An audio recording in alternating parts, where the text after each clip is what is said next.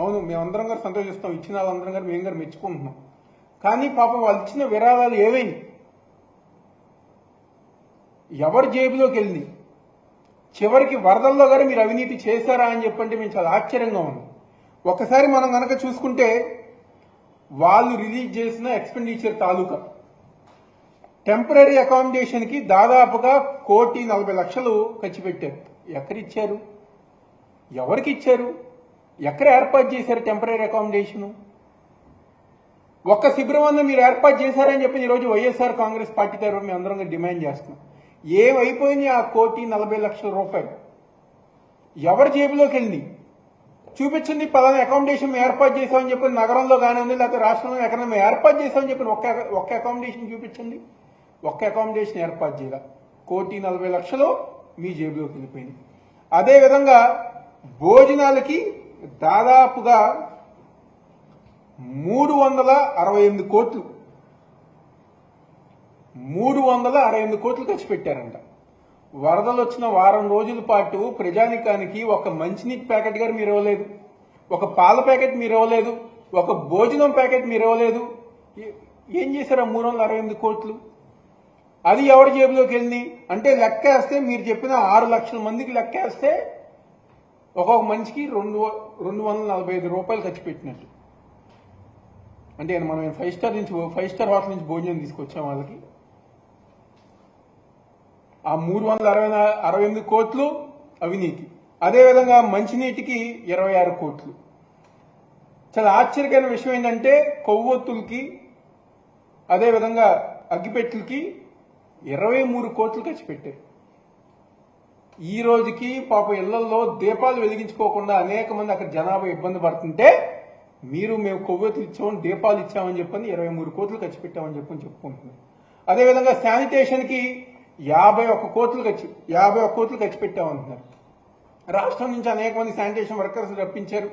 వాళ్ళకి సరైన భోజనం పెట్టాల, వాళ్ళకి సరైన అకామిడేషన్ ఇవ్వాలా. ఈ రోజుకి మా విజయవాడ నగరంలో సింగనగర్ ప్రాంతం కానివ్వండి మొత్తం ధర ఇంకా బురదమయంగా ఉంది. దాదాపుగా 534 కోట్లు మేము ఖర్చు పెట్టామని చెప్పుకుంటున్నారు.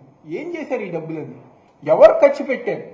ఒక పక్క ప్రజానికమేమో ఈ రోజు గారు అనేక ఇబ్బందులు పడుతూ మాకు న్యాయం జరగలేదు, మాకు న్యాయం చెయ్యండి అని చెప్పని రోజు ప్రతి ఒక్కరు గారు బతిలాడుకుంటుంటే వాళ్ళ కష్టాలు చూడకుండా, వాళ్ళ బాధలు చూడకుండా ఈ రోజు మీ మీడియా సమావేశాల్లో లేకపోతే మీ మీడియా ద్వారా అబద్దాలు చెప్తూ డబ్బులు ఇవ్వకుండానే డబ్బులు ఇచ్చేసామని చెప్పని అబద్ధపు ప్రచారాలు చేస్తూ వాళ్ళ కష్టాల్ని, వాళ్ళ ఇబ్బందుల్ని బయటికి తెలియకుండా ఈ రోజు వాళ్ళ గొంతు నొక్కుతాను ఈ రోజు కూటమి ప్రభుత్వం చంద్రబాబు నాయుడు అని చెప్పేసి అందరూ చెప్తున్నాం.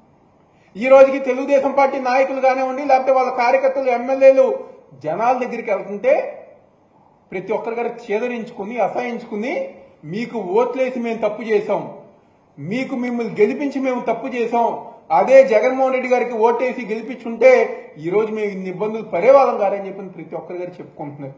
జగన్మోహన్ రెడ్డి గారు ఉంటే వాలంటీర్ వ్యవస్థ ఉండేది, సచివాలయం వ్యవస్థ ఉండేది. ఈ రోజు ఏ సచివాలయం పరిధిలో, ఏ క్లస్టర్ పరిధిలో ఎంతమంది ఇబ్బంది పడ్డారు, ఎంతమంది కష్టాలు పడ్డారని చెప్పి మొత్తం లిస్ట్ అంతా తీసుకొచ్చి మాకు కావాల్సిన సాయం ఈరోజు జగన్మోహన్ రెడ్డి గారి ప్రభుత్వం చేసేవారు. మీకు ఓట్లేసి మిమ్మల్ని నమ్మి మోసపోయామని చెప్పని ఈరోజు ప్రతి ఒక్కరు గారు రోడ్ల మీదకి వెళ్తుంది. జనాభా ఒక కష్టాలు ఈరోజు ప్రతి ఒక్కరి గారు చెప్తున్నారు జరుగుతారు. మేము ఒకటే అడుగుతున్నాం, నిజంగా మీరు 534 కోట్లు ఖర్చు పెట్టారనుకోండి, ఎవరికి ఇచ్చారు కాంట్రాక్టులు? భోజన కాంట్రాక్ట్ ఎవరికి ఇచ్చారు? మంచినీటి కాంట్రాక్టులు ఎవరికి ఇచ్చారు? కొవ్వొత్తులు, క్యాండిల్ కాంట్రాక్టులు ఎవరికి ఇచ్చారు? ఎవరి కాంట్రాక్టులు ఇచ్చి అన్ని కోట్లు మీరు ఖర్చు పెట్టారని చెప్పని మాకు ఈరోజు మీరు అందరు గారా రిలీజ్ చేయాలి. రిలీజ్ చేయండి, పేపర్ రిలీజ్ చేయండి, ఎవరికి ఎన్ని కోట్లు ఖర్చు పెట్టారని చెప్పని ఈరోజు వైఎస్ఆర్ కాంగ్రెస్ పార్టీ తరఫున మేము అందరం డిమాండ్ చేస్తున్నాం. ఈరోజు నిజంగా చాలా బాధాకర విషయం, కలెక్టర్ ఆఫీస్ దగ్గరికి వెళ్తే ప్రతిరోజు గారు వేలాదిగా చంద్రబాబు నాయుడు చెప్పిన విధంగా మేము 10,000 ఇస్తాం, 25,000 ఇస్తాం. ఎవరికి ఇచ్చారు? ఎంతమందికి ఇచ్చారు? అరాకొర ఇచ్చేసి చేతులు దులుపుకుని డైవర్షన్ పాలిటిక్స్ లో మీ పనిలో ఉన్నారు. ఒక పక్క మా జిల్లా కలెక్టర్ ఆఫీస్ దగ్గరికి వస్తే వాళ్ళందరూ గారు ఎండల్లో నుంచుని మాకు సాయం చేయండి, మాకు మా ఒక ఇన్విటేషన్ డబ్బులు ఇవ్వండి, మమ్మల్ని ఆదుకోండి అని చెప్పని వేలాదిగా అక్కడ ప్రజానికి అనేక ఇబ్బందులు పడుతున్నారు. ఎవరన్నా వాళ్ళ గురించి పట్టించుకుంటున్నారు? ఎవరన్నా వాళ్ళ గురించి కాదు మీకు ఇస్తాము మేము చేస్తామని చెప్పి ఎవరన్నా ఒక హామీ ఇస్తున్నారా?